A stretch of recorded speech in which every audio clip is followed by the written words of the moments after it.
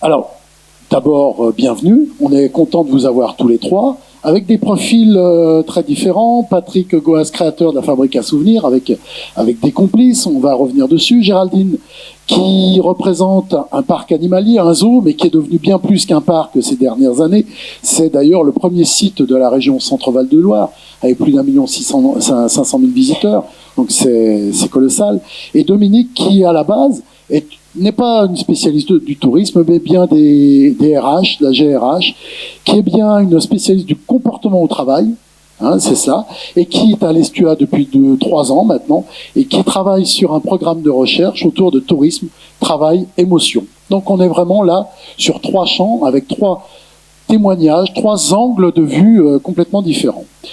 Pour autant, donc lorsque l'on parle des émotions, lorsque l'on parle du tourisme, lorsque l'on parle de satisfaction du touriste, on est quelquefois sur un champ qui n'est pas toujours rationnel, on est sur celui de l'humain, mais le tourisme ces dernières années, et on l'a encore redit tout à l'heure, c'est de l'économie, c'est de l'aménagement du territoire, c'est de l'attractivité, c'est du lien social. Pour autant, n'oublions pas cette émotion qui est constitutive de l'activité touristique. Le caractère hautement concurrentiel que l'on vit tous dans le tourisme nous pousse les sites, les entreprises, à être de plus en plus performantes, pertinentes, à essayer d'innover, à essayer de se différencier. On est finalement dans une certaine forme de course à l'armement. C'est cette course à l'armement, comment est-ce qu'on la vit ? Et il y a également quelque chose qui est terrible lorsque l'on parle de tourisme, en tout cas en France, si on fait un petit zoom sur notre territoire, c'est qu'il n'y a pas un département, il n'y a pas une région qui ne soit à vocation touristique. Tout le monde a son dépliant, tout le monde a son site, tout le monde vante ses expériences touristiques, son offre touristique. Donc tout le monde a cette envie, cette vocation, peut-être, est-ce que c'est une vraie vocation, mais finalement, est-ce que tout le monde a une légitimité ? Et comment faire pour sortir du lot ? Donc tout le monde va se mettre à parler de marketing expérientiel, d'expérience client, mais est-ce que c'est réellement le cas ? Est-ce que c'est ce que l'on promeut ? Est-ce que c'est ce que l'on met en place ? Et puis finalement, quelle efficacité pour du marketing expérientiel si tout le monde a les mêmes ingrédients de la recette ?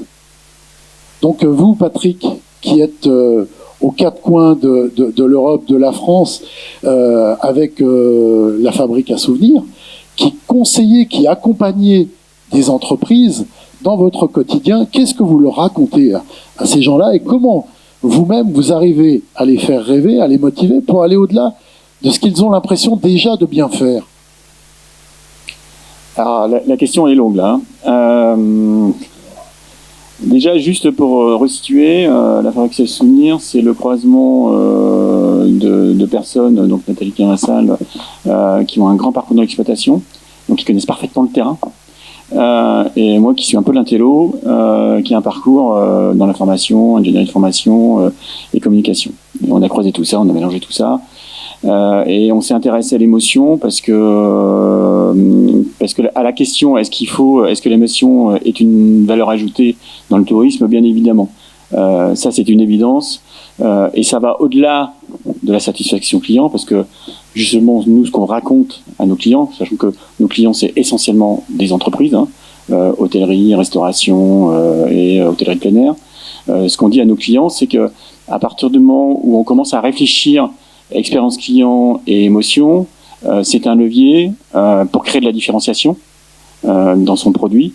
Et à partir du moment où on crée de la différenciation, on est en mesure de créer une véritable offre touristique. Et donc derrière, c'est un vrai levier de business. Parce qu'on parlait de business. Le tourisme, c'est aussi du business, c'est une industrie. C'est 7%, je crois, des emplois en France, quand même. C'est pas rien. Non, 7% du PIB, pardon. C'est pas rien. C'est des emplois qui sont normalement non délocalisables. Donc, ça, c'est une vraie réalité. Donc, l'émotion, nous, dans notre travail, quand on travaille avec des professionnels, on la prend vraiment comme un levier de différenciation et de développement de business. Donc, c'est forcément compliqué. Nous, on n'est pas marketing, même si moi j'ai une culture en marketing par rapport à mon passé en communication. Nous, ce qui nous intéresse, c'est de se dire comment on installe des procédures, des moments où on va faire véritablement créer de l'émotion pour derrière, effectivement, pour que le client il y ait une satisfaction, il y ait un super retour client, et que ces moments qu'on va installer qui vont nourrir le marketing. On fait pas comme l'approche marketing traditionnelle, parce que c'est facile de faire du marketing expérientiel. Vous faites une belle photo, vous faites une belle promesse, vous faites voilà, tout ça c'est. Donc vous partez réellement du client. Nous on repart du client, on regarde comment on installe tout ça dans l'exploitation, et c'est ce qu'on va installer dans l'exploitation qui va nous permettre de nourrir le marketing. Ça veut dire que vous cassez les codes? Ah, complètement. Justement, c'est ça qui est rigolo. Enfin, c'est ce qui est passionnant dans notre métier, c'est qu'effectivement, on casse complètement la façon dont on perçoit, nous, la première chose qu'on fait quand on arrive dans quelque part, c'est qu'on apprend aux gens à réfléchir autrement. On apprend aux exploitants à réfléchir autrement. Un exploitant traditionnel, qui soit d'un hôtel, d'un restaurant, d'un camping, il a une approche très rationnelle, c'est-à-dire que il raisonne en termes d'emplacement de tant de mètres carrés. Par rapport à tant de mètres carrés, je mets un prix à côté, et il faut que je sois dans une logique qualité. Je suis 4 étoiles, donc j'ai un référentiel qualité. La qualité, il en faut, mais nous on raisonne pas du tout qualité, on raisonne. La question qu'on se pose, c'est quelle pointe, à un moment donné, dans le parcours client, dans le séjour, donc que ça soit un week-end, une soirée, une semaine, à quel moment on va pouvoir mettre le client en émotion de façon très très forte. Et on va raisonner en pic émotionnel, et à un moment donné, pour que le client, parce que l'émotion crée le souvenir, d'où le nom de la fabrique à souvenirs, c'est créer des grands moments d'émotion qui vont permettre effectivement aux clients de sentir, oui, là il se passe quelque chose, là oui ils sont bons, là ils m'ont amené dans une histoire qui est vraiment différente de ce que j'ai l'habitude de vivre. Et notre travail c'est ça. Mais alors finalement, entre l'attente du client et celle de l'exploitant, j'imagine que quelque part, c'est pas la même partie du cerveau qui fonctionne. Comment les connecter les deux, entre la partie droite qui est beaucoup plus tournée sur le client et la partie gauche du cerveau de l'exploitant? C'est tout le souci en fait. L'exploitant, comme j'ai dit, il raisonne cerveau gauche, c'est le cerveau rationnel, c'est celui qui compte, c'est celui qui compare. Et en fait, le souci qu'on a, aujourd'hui, en fait, tout le secteur touristique, il raisonne qualité. Et il raisonne qualité, donc il raisonne mise aux normes, il raisonne confort, etc. Et il raisonne plus moment d'émotion. C'est-à-dire que avec le côté qui est extraordinaire, c'est que vous montez en qualité, puis à un moment donné, une fois que vous aurez tout fait, vous ne pourrez plus rien faire. Et en même temps, Nathalie, qui est dans la salle et qui a été directrice d'un hôtel Barrière c'est quand même c'est l'excellence. Et elle dit, de toute façon, plus c'est propre, plus on voit la poussière. Donc à un moment donné, la qualité, elle a ses limites. Et si on fait, je prends toujours l'exemple de Disney. Vous prenez une journée à Disney, Euro Disney à Paris. Moi j'ai fait le test. 14 heures dans le parc. Et quand vous faites le détail de ce que vous avez fait, en gros, sur les 14 heures, vous avez passé 2 heures dans les animations. Alors là, effectivement, ça monte en émotion. Vous avez passé 2 heures à vous balader, à manger au restaurant, etc. Le reste du temps, 9 heures ou 10 heures, qu'est-ce que vous avez fait? Vous avez fait la queue. Vous avez fait la queue. Donc, si on fait une analyse qualité de Disney, c'est nul. Puisqu'en fait, pendant 9 heures, on fait la queue. C'est-à-dire qu'on ferait la même chose dans un hôtel, on lui mettra pas 4 étoiles. Et pourtant, ça marche. 12 millions de personnes. Pourquoi ça marche? Parce qu'à un moment donné, ils ont fait la part des choses. Ils se sont dit, on fait monter les gens en émotion très fort. C'est ça qui va garder le souvenir. Et le reste, le client, il est capable de le prendre. Sachant que, et ça c'est les neurosciences qui le montrent, l'être humain oublie le négatif. C'est une question de survie. Parce que si vous imaginez bien, en plus avec tout ce qui se passe en ce moment, si on ne faisait qu'oublier, si on n'oubliait pas le négatif et on ne faisait que se souvenir du négatif, on serait tous morts là. On serait tous en train de se suicider. Donc en fait, l'être humain, pour sa survie, en fait, il n'oublie que le positif. Donc il est intéressant, plutôt que de concevoir en fait un produit touristique juste en termes de qualité, ni augmenter le niveau de qualité, il est intéressant de le concevoir aussi en faisant des pointes émotionnelles, dire des moments de bonheur, des moments de surprise, des bonnes surprises, des moments d'étonnement, faire en sorte que les gens se dépassent un petit peu, etc. Il y a quand même un certain nombre de recettes. Et qu'à partir du moment où vous amenez, vous pensez un séjour touristique en ces termes. Un séjour touristique pourrait être simplement une soirée ou simplement un repas au restaurant. Hein, parce que vous pouvez faire exactement la même chose au restaurant. Effectivement, vous oubliez un petit peu le côté qualité et vous ne raisonnez qu'en termes de titiller le petit cerveau droit, là, le petit cerveau affectif qui fait que effectivement ça va marcher. Ça veut dire que pour que ça marche, il faut provoquer le désir, changer quelque part le référentiel de paradigme, comme on dit, et c'est une manière d'aborder le marketing différemment. Il faut vraiment penser client. Déjà, je dirais qu'il faut que le marketing, ça c'est notre credo. Hein. On va déjà commencer par installer de l'émotion on installe de l'émotion dans les exploitations, dans le restaurant, et c'est à partir de là qu'on va construire le marketing. On ne fait pas l'inverse. Alors que effectivement, pourquoi on parle de marketing expérientiel? Ok, mais nous on a travaillé par exemple pour Golden Tulip, la chaîne Golden Tulip, c'est 230 hôtels dans le monde. Le marketing a fait vraiment un super boulot. Ils ont vraiment fait un super boulot et ils ont fait une nouvelle promesse, hein, Playtime Many Time.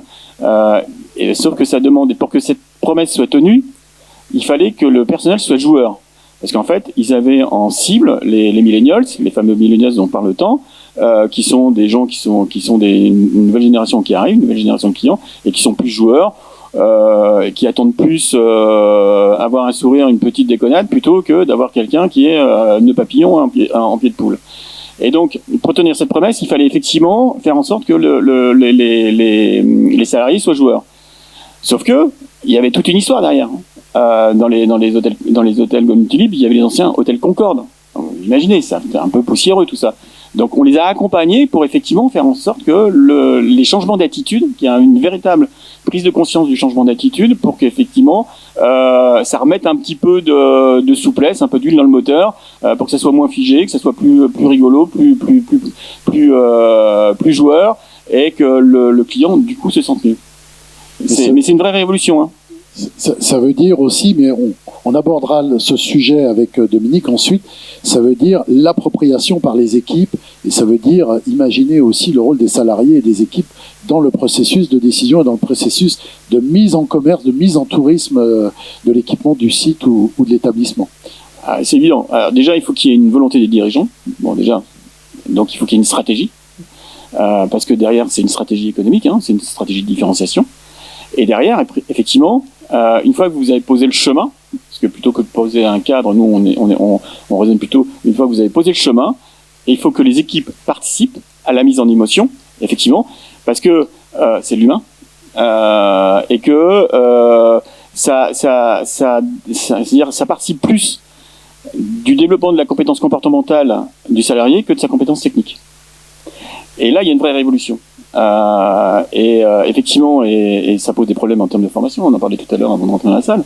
C'est-à-dire que aujourd'hui, dans les formations, hôtellerie, serveur, etc., on forme des gens à des gestes techniques. Parce que un geste technique, c'est aussi facile à évaluer, parce qu'il y a un diplôme à la fin. Qui dit diplôme dit évaluation. Donc on forme des gens à des gestes techniques. On les forme pas à des compétences comportementales. Et que demain, on en parle dans l'industrie, on en parle dans les banques, on en parle dans les services, etc. On parle beaucoup de compétences comportementales. Il serait peut-être temps qu'on en parle dans le tourisme. Et que, effectivement, former des gens aux compétences comportementales, c'est un véritable enjeu dans le développement du tourisme demain. Ça, c'est sûr. On pourra pas passer outre. Je crois que même la table ronde de cet après-midi va indirectement l'aborder et on va rentrer dedans. Géraldine Laval, donc le zoo de Beauval. Donc un zoo magnifique, comme on disait, 1 550 000 visiteurs, plus 100 000 en 2017 par exemple, plus 100 000 personnes. Premier site de la région Centre-Val de Loire, 4e parc zoologique au monde. Comment finalement on est passé, il y a 20, 30 ans, 35 ans, d'un zoo à quelque chose de global aujourd'hui? Est-ce que vous avez l'impression d'être aux commandes en matière de communication, toujours d'un zoo ou de quelque chose de bien plus large? Si, en premier lieu d'un zoo quand même, parce que voilà, on travaille avec des animaux, des soigneurs du vivant. C'est 10 000 animaux, hein, quand même. C'est ça, 10 000 animaux de 600 espèces différentes. Donc, en premier lieu, voilà, les visiteurs viennent pour voir des animaux, mais en plus, on leur propose maintenant de plus en plus de services.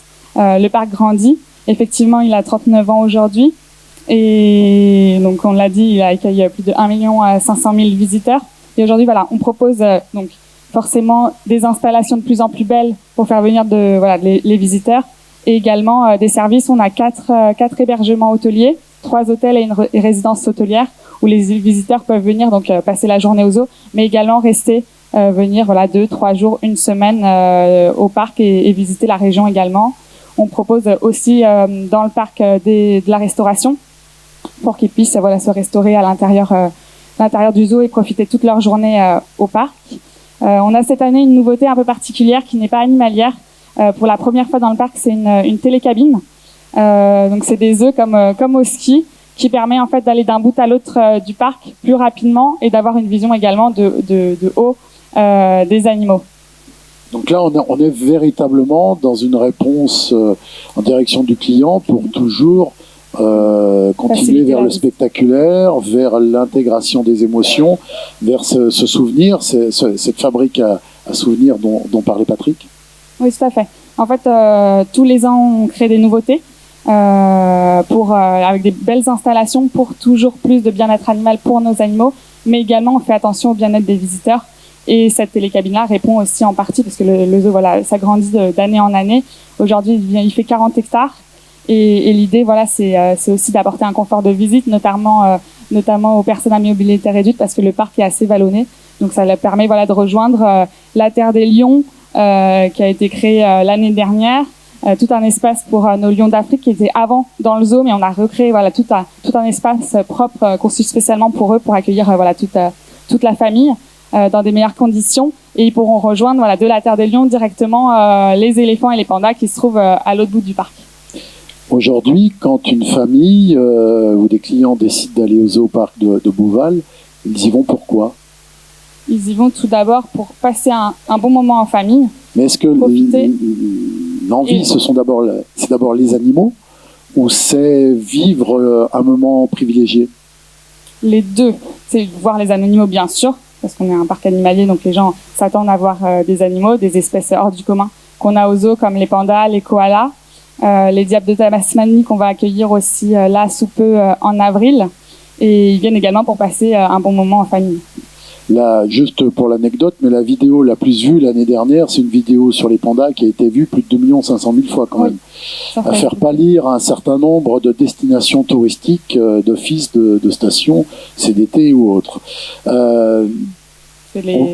Aujourd'hui, comment finalement, au bout de 39 ans, on continue à réinventer Beauval, sachant qu'avec 1 500 000 visiteurs, de l'hébergement, de la restauration, c'est 800 emplois en saison, c'est 50, 60 métiers différents. 60 métiers, c'est ça. Comment on arrive à faire prendre et à faire adhérer tout le monde à ce projet ? Ça vient du fait de la famille Delors, donc la famille fondatrice du parc. Pour la petite histoire, si vous la connaissez pas, c'est Madame Delors, donc Madame Françoise Delors, la fondatrice du parc, qui avant travaillait dans le music hall à Paris. Un jour, elle est allée à une foire pour enfants avec sa fille, et elle s'est abonnée à un magazine de mode enfantine avec sa fille, et elles ont gagné 2 petits oiseaux, des becs argentés. Et en fait, Madame Delors s'est prise de passion pour les oiseaux, si bien que leur appartement parisien devenait trop petit, les oiseaux étaient trop à l'étroit dans cet appartement, et donc elle a quitté Paris et le music hall Bobino pour Saint-Aignan-sur-Cher, le lieu dit Beauval, d'où le nom Zooparc de Beauval, et c'est là qu'elle a installé tous ces oiseaux. Donc il y a 39 ans. C'est vraiment cette passion-là qui l'a menée à faire ça et qui aujourd'hui anime encore le parc, tous les Beauvaliens. C'est cette passion-là, et maintenant c'est ces enfants qui ont repris le flambeau. Donc Delphine Delors, qui est la directrice de la communication et de la pédagogie au parc, qui elle a pour but de faire rêver les visiteurs, et également Rodolphe Delors. On doit beaucoup à Rodolphe aussi parce que c'est le bâtisseur, c'est vraiment un entrepreneur au parc, et c'est lui qui conçoit et qui a des idées pour réaliser tous les nouvelles infrastructures et toutes les nouveautés exceptionnelles et uniques qu'on a chaque année au parc. Donc c'est vraiment ces 3 facteurs clés: la passion, l'entrepreneuriat, le fait qu'il soit bâtisseur, et puis l'envie de sensibiliser le public à la cause et le bien-être animal. Avec également une notion, c'est tout à l'heure on a dit, et on l'a vu avec Transpod également, à chaque fois on pense client, on se met dans la peau du client, mais là il faut penser animal aussi. il y a un facteur supplémentaire, c'est faut mettre en adéquation l'envie de valorisation des animaux à leur rythme biologique également. Oui, tout à fait. C'est vraiment les deux qui sont liés. Tout d'abord pour les animaux en priorité. On fait vraiment tout vis-à-vis du bien-être animal. Là, on a installé une télécabine, donc ce qui peut paraître quand même un grand projet.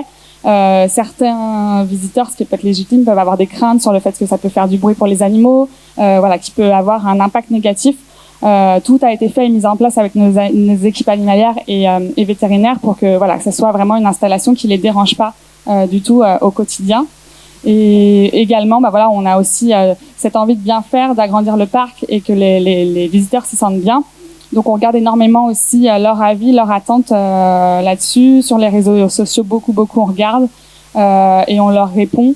On fait des réunions également hebdomadaires pour voir voilà s'il y a eu des critiques sur quels sont les points manquants ou gênants pour les visiteurs dans le parc. Donc voilà, il y a beaucoup de feedback, on leur apporte aussi énormément de réponses et voilà, on répond à leurs interrogations s'ils ont des doutes également. Donc il y a un gros travail sur le parc pour sensibiliser et également sur les réseaux à distance toujours pour expliquer voilà ce qu'on fait et donner des nouvelles sur la vie du parc également. Donc on voit ce sentiment de partage, d'échange, une forme d'engagement dans la clientèle. On a dit qu'il fallait penser client. Autre ingrédient de la recette, vas-y, allez-y Patrick. Ce qui est intéressant dans l'exemple du zoo de Beauval, que j'ai visité, donc je connais, et qui est superbe, c'est qu'effectivement il y a ce mélange de passion. Et on le voit bien, pour le panda c'est un grand coup de passion aussi derrière, mais qui n'est pas exemple de marketing. Parce que le panda c'est aussi une opération marketing, faut pas avoir peur des mots. Mais justement c'est mais c'est la passion au départ qui a fait qu'effectivement ça existe. Et que c'est ce passage de la passion qui permet de créer l'émotion, qui est quand même assez présente dans Beauval, et c'est ça qui fait qu'effectivement aujourd'hui ça marche, qu'il y a 1,5 million de respect, qu'il y a 1,5 million de personnes, sachant qu'il n'y a pas eu de fonds publics ou très peu, je pense, très peu. Donc il y a eu quand même 1,5 million de personnes. Donc se dire que la passion, et quand on parle d'émotion, il faut pas oublier ce mot important. Et nous on le voit avec les gens avec qui on travaille et ailleurs, d'autres exemples. À partir du moment où il y a passion, il y a émotion. Il y a passion, il y a émotion, il faut de l'engagement. Il faut de l'engagement. Et engagement des équipes. Et c'est notamment le travail de Dominique, travail de recherche, à travers émotion, à travers le tourisme et le travail. C'est comment on arrive à avoir de l'émotion au sein de l'entreprise, au sein de les voitures qui arrivaient ou faire traverser les gens. Aujourd'hui, voilà, on est de plus en plus staffé, on se professionnalise. Et aujourd'hui, voilà, on a des équipes qui grossissent. Donc, service communication, on était il y a 4 ans 5. Aujourd'hui, on est un peu plus de 10. Donc voilà, les équipes sont de plus en plus étoffées pour aussi voilà, répondre aux attentes des visiteurs. Et quand il le faut, voilà, en période vraiment d'affluence, on met aussi tous les moyens en place en plus pour accueillir au mieux nos visiteurs. Dominique, ça veut dire que dans les équipes, il faut des commandes claires aussi et des stratégies claires et compréhensibles par tous? Oui, effectivement, il faut Et ça contribuera du coup au bonheur aussi des salariés? Oui, bien sûr. On parlait tout à l'heure de l'engagement ou de l'implication.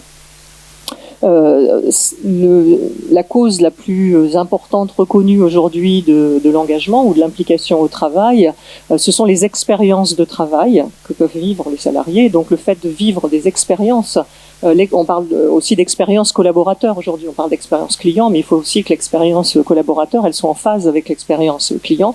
Et donc le fait de vivre soi-même en tant que salarié des expériences positives, c'est un des éléments importants, une des causes les plus essentielles de ce qu'on appelle l'implication ou l'engagement. Alors on sait très bien que l'implication, l'engagement, ça ne se décrète pas, ça vient de la volonté du salarié. C'est le salarié qui va décider de donner ou pas, de s'engager ou pas, de s'impliquer ou pas. Mais on peut au moins créer les conditions de cet engagement. C'est-à-dire qu'il faut le faire rêver, mais pas non plus de... Oui, alors pas non plus, enfin faire rêver, il faut faire attention parce que on utilise beaucoup le vocabulaire marketing en ressources humaines. Il faut le faire avec beaucoup de précaution. Déboucher sur de la surpromesse parfois. Oui, pas faire de surpromesse effectivement, parce que ça peut être très décevant aussi quand il y a un décalage entre le discours qu'on produit à l'égard des clients et puis ce qui se passe en interne, les expériences que peuvent vivre les salariés. Donc il faut faire très attention à cet élément-là. En fait, il y a 3 facteurs qui vont créer les conditions de l'implication ou de l'engagement. C'est la même chose. Il y a 2 termes, mais en fait, c'est exactement la même chose. La première condition, c'est une condition de cohérence. Cohérence de discours qu'on tient aux clients, qu'on tient aux salariés. Cohérence entre les discours et les actions. Également, cohérence entre les actions. Donc la notion de cohérence est extrêmement importante. Dans l'exemple de Beauval, effectivement, le fait d'avoir un discours, une cohérence de discours lié en fait aux origines du zoo joue certainement. Cohérence. Le deuxième facteur important, c'est la réciprocité, parce que l'implication, l'engagement, c'est une relation, c'est un lien psychologique entre le salarié et son univers de travail. Son univers de travail, ça peut être les collègues, le manager, les projets, les animaux. Donc l'univers de travail, il est extrêmement large. Et donc c'est une question de réciprocité. Un salarié, il va avoir envie de donner et de produire de l'émotion si il reçoit aussi. Et donc cette notion de réciprocité, elle est vraiment fondamentale. Et la troisième condition, c'est l'appropriation. C'est donner du sens. Donc l'histoire de l'entreprise notamment, ça permet de donner du sens, savoir d'où on vient, où est-ce qu'on va, quelles sont les questions qui se posent, quelles sont les évolutions nécessaires. Donc ces 3 conditions, cohérence, réciprocité et appropriation, sont fondamentales pour avoir des salariés qui soient engagés, qui soient impliqués, et donc qui soient plutôt sur une stratégie de régulation authentique en fait des émotions, et non pas sur une stratégie de surface, parce qu'ils ne sont pas là par hasard, on les a aussi bien sélectionnés, et ils ont envie de donner. Ils vont être plus sur un jeu en profondeur ou sur une régulation automatique des émotions.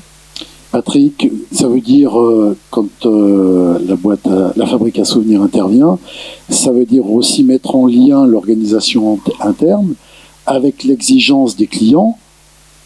Mais l'exigence des clients, elle a monté en expertise ces dernières années. On dit tous, le client est de plus en plus expert, il voyage très souvent, il connaît beaucoup plus de choses.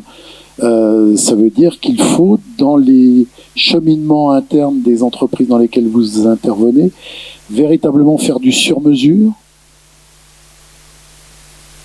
Alors, déjà effectivement, comme on le dit très régulièrement, nous on habite à La Baule, ça coûte moins cher d'aller à Marrakech en avion que d'aller à Paris en train.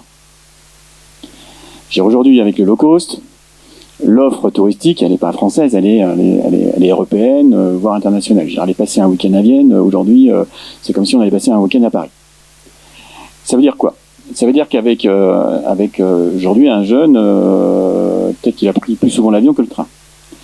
Ça veut dire qu'on a une offre qui est très très large, et on se nourrit la nouvelle génération qui arrive, et aussi ceux qui ont du temps, hein, les juniors, comme on les appelle, sont nourris de plein de choses. Ça veut dire que le client aujourd'hui, il n'est pas forcément nourri d'hyper-qualité, hein. Il est nourri d'expérience. Il est nourri de rencontres avec de nouvelles cultures, il est nourri de superbes plages, il est nourri de tout ça. Donc forcément, c'est pas qu'il devient plus exigeant, c'est qu'il est nourri, quoi. Il en a déjà pris plein la tête. Donc ça, il faut savoir. Maintenant, il y a aussi une tranche de population qui, quand elle vient en vacances, qu'est-ce qu'elle veut? C'est quelque chose de confortable, parce que, et on en parlait tout à l'heure encore avec quelqu'un, les campings, qu'on a, en fait, les campings correspondent aussi à une clientèle, parce que c'est des gens qui veulent passer une semaine de vacances en famille. Dans le camping, il y a la piscine, il y a les services, il y a tout, et on peut être peinard pendant une semaine, se reposer, les enfants sont contents, si les enfants sont contents, les parents sont contents, et il n'y a pas besoin de révolutionner le monde, parce que ça correspond à un critère. Donc, il faut déjà se poser la question de sa clientèle, avant de dire on va tout révolutionner. Donc il y aura toujours des clients pour du mass market, c'est-à-dire pour du tourisme de masse. Il y aura toujours ces clients-là. Après là, effectivement, il faut bien faire les choses. Il faut que ça soit pro. Si on peut mettre un petit peu d'émotion, un peu de sourire dans le process, c'est encore mieux. Ils sont encore plus contents, mais compliqué de révolutionner parce que ça correspond à un état. Par contre, effectivement, il y a tout un pan de professionnels du tourisme. Et on pense aux petits hôtels, on pense aux campings moyens, on pense aux restaurants, etc., qui, eux, ont intérêt, effectivement, à aller là-dedans et à se poser les bonnes questions. Maintenant, qu'est-ce que je peux faire de différent par rapport aux autres? Parce que c'est pas faire mieux, parce que mieux, on est dans une logique qualité. C'est faire différent. Et c'est ça, et à partir de ça, on va se répéter, mais c'est se dire, c'est quoi mon potentiel? Qu'est-ce que je peux faire? Nous, la première question qu'on se pose quand on va voir un établissement, qu'est-ce qu'on peut faire vivre aux clients là? Voilà. C'est ça. Qu'est-ce qu'on peut faire vivre dans cet endroit? Et en fait, nous, on a des réponses, mais on s'aperçoit que les équipes ont aussi des réponses. Donc, et c'est ça qu'il faut arriver à mettre en œuvre. Donc, oui à l'expérience client, oui à la mise en émotion, mais aussi à faire attention à quel est le modèle économique sur lequel on est. Vous prenez un modèle de camping, gros, et on a un exemple, hein, on prend un même hébergement, un exemple extraordinaire, c'est un pod, c'est 5 mètres carrés, on dort dans un lit, il n'y a même pas les toilettes, il n'y a rien, hein, c'est 5 mètres carrés. 5 mètres carrés. Vous dormez dans un truc en bois, alors il est beau, hein, le truc, hein, mais vous dormez dans un truc en bois quand même, hein, avec un lit par terre. Dans un modèle un tourisme de masse, ce pod, on l'a vu à Saint-Raphaël, dans un camping, il est vendu 40 €. Bon. Le même pod en Picardie, à Saint-Raphaël, il fait beau, hein. En Picardie, il pleut pas mal. Le même pod en Picardie, parce qu'on l'a mis en scène, parce que c'est dans un tout petit établissement, il y a 11 hébergements, 11 hébergements, 250 000 € de chiffre d'affaires par an. Respect. Parce que ils ont mis tout ça en scène. Parce qu'ils ont accompagné, il y a le quote, il y a le bain nordique, etc. La nuit, ils la vendent 280 €. On part du même hébergement, mais la façon dont on l'a amené fait qu'à l'arrivée, le modèle économique n'est pas du tout le même. Et c'est ça qui est intéressant. Donc, donc il faut adapter. Mais ce modèle économique à 280 € la nuit, le grand camping à Saint-Raphaël, il n'aurait jamais pu le faire. Ou plus compliqué. Donc il ne faut pas avoir une pensée monolithique. Il faut être agile. Et en fonction de là où on est, effectivement, on va établir des curseurs. À Beauval, vous avez combien de salariés? C'est énorme. 350. Le problème de Beauval, il est plus de faire en sorte que ça soit fluide, que les gens fassent moins souvent la queue. Vous voyez, c'est ce niveau-là sur lequel il faut travailler. L'émotion, de toute façon, elle est là avec les éléphants. On voit les éléphants, les lions, et en plus, on voit bien entre l'ancien zoo, quand on arrive où il y a les oiseaux, et le nouveau zoo où on voit les éléphants, les lions, la volière, etc. Bon, on voit bien qu'il y a une révolution dans la façon dont ça a été mis en scène, et que du coup, les animaux, il y a plus d'espace, et tout le monde est mieux. Donc, je veux dire, à un moment donné, mais sur Beauval, l'émotion, de toute façon, elle est là de fait. Hein. Par contre, ce qu'il faut, c'est fluidifier, c'est faire en sorte que les gens fassent moins la queue, qu'ils puissent se poser, qu'ils puissent désigner une ambiance, etc. Donc, il faut faire très attention à là où on agit, et en fonction de là où on agit, on va faire un projet un petit peu spécifique quand même. Voilà. Mais qui se nourrit de modèles économiques assez classiques. Bien sûr. Puisqu'on est on est à Beauval, quand les clients repartent, quelles images ils en ont de Beauval? Je pense qu'ils sont encore plus satisfaits de ce qu'ils avaient imaginé, en fait. Quand ils repartent, ils sont vraiment époustouflés par les installations. Ils sont venus pour les animaux, ils reviendront pour tout le reste? Ouais. On a 98% des visiteurs qui partent satisfaits ou très satisfaits. Donc voilà, ça nous donne déjà un bon indicateur. Mais oui, ils sont très contents de leur visite. Il y a, même on le voit sur les réseaux sociaux après, c'est vraiment voilà, ce qui leur plaît, c'est de voir les animaux, de voir qu'on a des pandas, des koalas, des espèces vraiment uniques en France et rares en Europe et dans le monde. Et également voilà, ils sont émerveillés par la beauté de l'animal et ce qui leur voilà, ils comprennent ce que c'est en les voyant et en voyant cette émotion-là qui passe à travers eux, qu'ils ont envie aussi de les protéger. Et nous, c'est ce qu'on essaye aussi de faire passer comme message, c'est voilà, là vous les voyez devant vos yeux. C'est important de les protéger et voilà, on fait passer ce message de sensibilisation parce qu'aujourd'hui on n'est pas qu'un parc zoologique qui présente des animaux, mais aussi on a vraiment un rôle de pédagogue et de conservation des espèces animales, voilà, qui sont de plus en plus menacées dans le monde d'aujourd'hui. Donc voilà, on a dans les parcs zoologiques attirent dans le monde 800 millions de visiteurs. 200 millions en France. Donc voilà, il y a un potentiel et on essaie de faire passer ce message-là. Dominique, on a parlé de l'internationalisation du tourisme. On parle beaucoup de l'humain, mais j'imagine que la dimension, le facteur humain n'a pas la même valeur dans tous les pays. Et lorsque l'on a des grands groupes ou des expériences de sites qui accueillent des salariés de pays différents, je pense au Puy du Fou, je pense chez vous à Beauval, etc. Ou à Disney, on a forcément des nationalités différentes. Comment est-ce que l'on arrive derrière, en termes de GRH, à limiter ou en tout cas à faire en sorte que tout le monde prenne du bien-être dans son travail?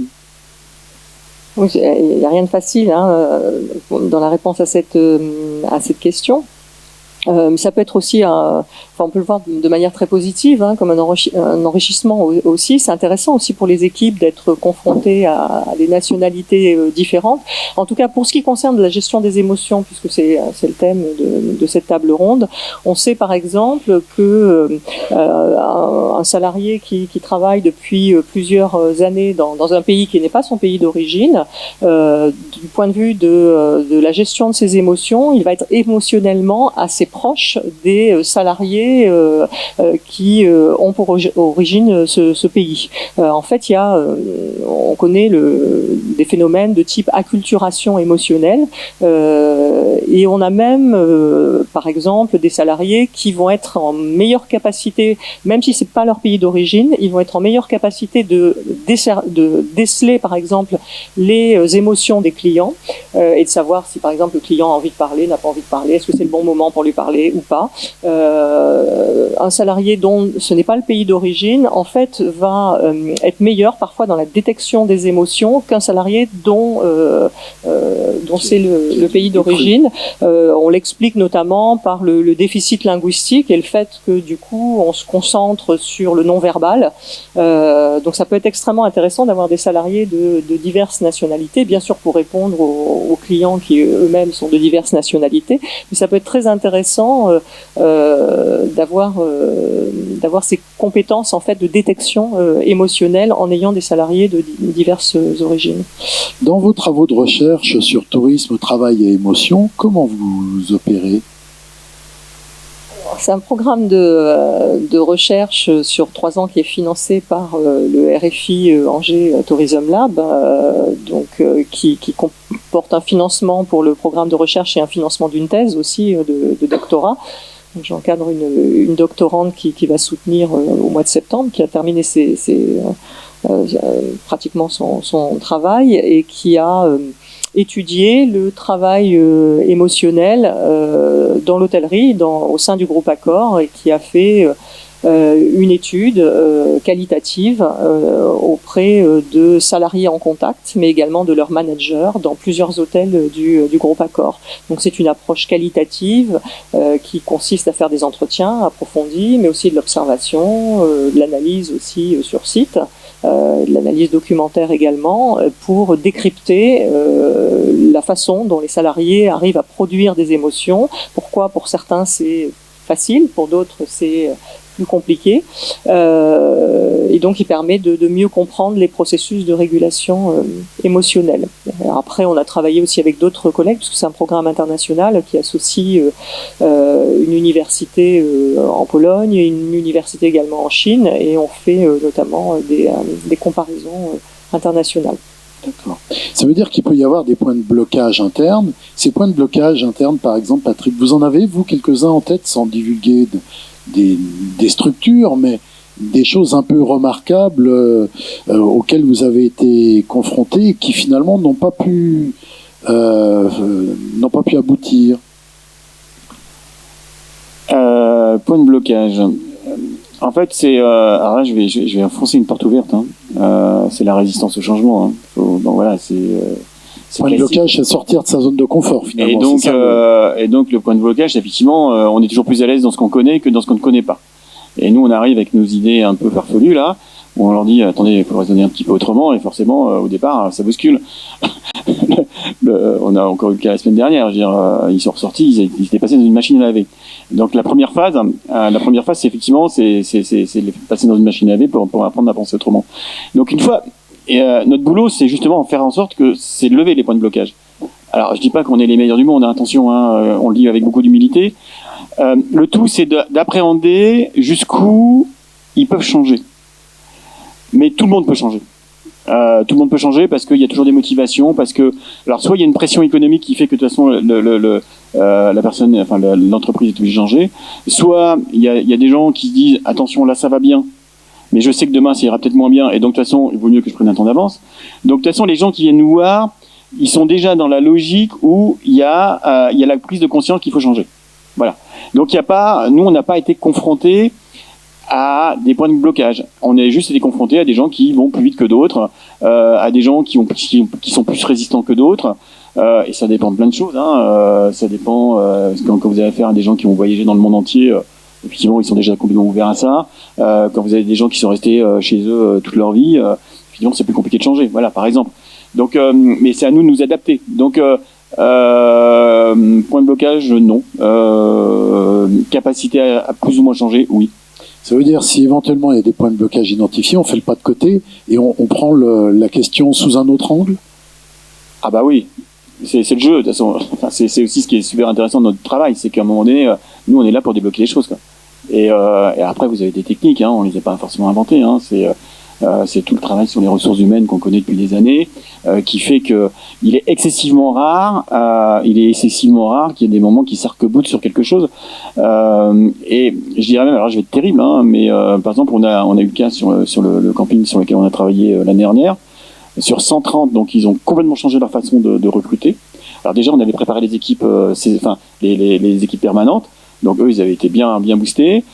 Les saisonniers, on a recruté différents. Il y a eu sur une saison, sur 120 recrutements, il y a eu 2 mauvais recrutements. 2 sur 120. Alors qu'habituellement, c'est plutôt 10%. Hein. Eh ben, c'est les équipes à l'intérieur du camping, parce que elles se sentaient bien, qui ont mis ces 2 personnes dehors. Vous voyez, donc là, on a vraiment l'appropriation de... l'appropriation complète de la démarche, parce qu'en fait les gens se sentaient bien dans la façon dont justement on avait retravaillé, etc. Et donc les 2 personnes, voilà. Donc vous voyez, donc ça veut dire que même sur, parce que tout le monde dit oui les saisonniers, non, je veux dire, si on a une vraie démarche, on peut y arriver et on peut en fait, c'est toujours la notion de plaisir. Enfin, moi, j'en reviens vraiment à les fondamentales à cette notion. À partir du moment où les gens, ils ont du plaisir, à partir du moment où on leur fait découvrir que ils vont pouvoir retrouver du plaisir à travailler, le changement, il arrive. Mais c'est la notion de bénéfice, hein. On engage, mais face à un engagement, il faut qu'on ait un bénéfice. Donc, nous, notre travail, c'est aussi de faire prendre conscience que, à partir du moment où ils changent la façon de travailler, ils vont récupérer du bénéfice. Vis-à-vis du client, notamment. Parce que le client, tout le monde dit, il est complexe. Oui, effectivement, le client est complexe. Mais ben, voilà, il est complexe. Bon, non, on fait quoi? On s'arrête ou on continue? Donc on se remet à penser micro et plus macro. À très micro. Voilà, on sort des process, on sort des grandes logiques de qualité. Il en faut, hein, c'est le socle. Mais on repense micro, on repense client, on repense à tel moment, qu'est-ce qui va se passer? Je veux dire, c'est l'exemple classique d'un client qui a fait 800 km. Il arrive dans votre établissement, hein, que ce soit une résidence de tourisme, un camping, un hôtel, peu importe, il n'est pas réceptif. Et si en face, la personne, elle s'évertue à faire le mode d'emploi de son séjour pendant une semaine, de toute façon, le client en face, il n'est pas réceptif. Donc, ça sert à rien. Et puis après, du coup, les gens, ils nous disent, ah ouais, mais le client, il a rien compris à ce que je lui ai dit. Mais il pouvait pas comprendre, parce que de toute façon, il n'était pas réceptif. Donc ton truc, tu le changes, c'est-à-dire ton discours, peut-être que tu le mets sur Internet, sur une appli, parce qu'aujourd'hui, effectivement, il y a une appli, donc la prise d'information, aujourd'hui, tout le monde sait la faire sur une appli. Par contre, les petits côtés sympas, les sourires, je t'emmène quelque part, tu vas voir, tu vas vivre un bon moment avec toi. Donc du coup, là, effectivement, on peut remettre de l'humain, parce que là aussi, il y a un vrai changement de paradigme dans l'utilisation du digital. Le digital, il doit servir à faire les choses de base. Et après, l'humain, il peut reprendre sa place parce qu'effectivement, on a délégué au digital le fait que une partie se fait tout seul. Donc, je veux dire, c'est une approche globale, mais de résistance au changement. De toute façon, à un moment donné, les gens, ils n'auront pas le choix. Donc, autant le dire. Géraldine, ans, 20 ans, hein, mais en vrai...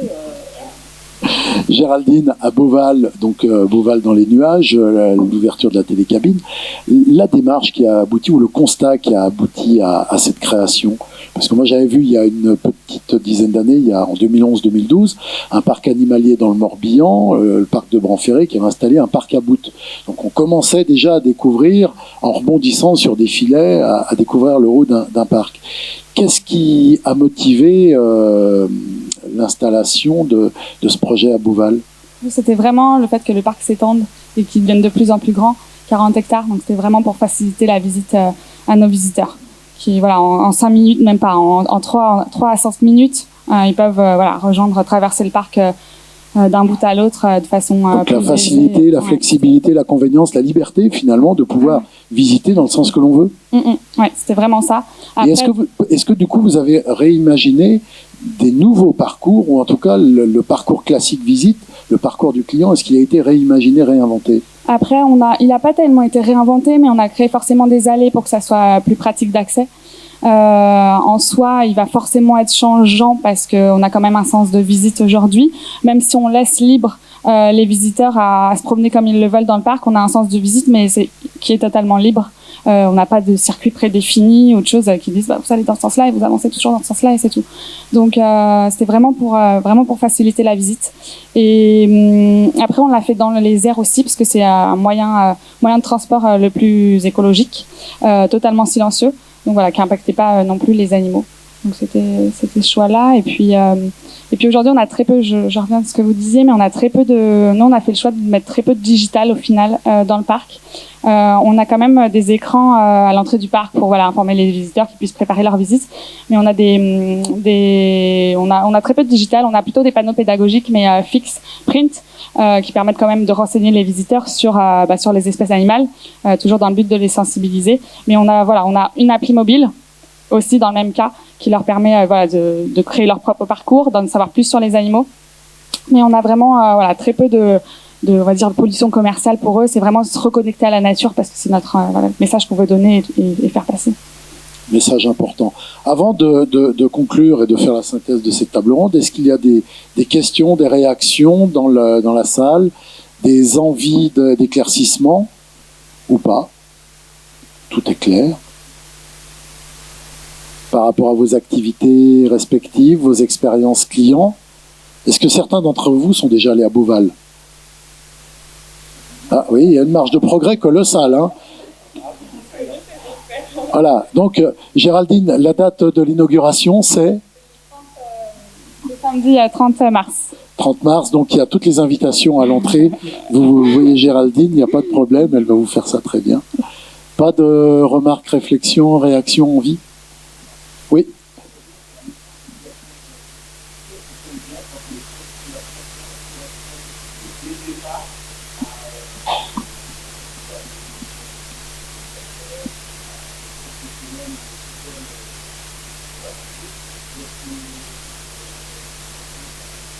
Alors, effectivement, c'est la bonne adéquation en fait entre la personne et le job. Elle est faite pour ça en fait, qui va plutôt orienter la personne vers une régulation automatique.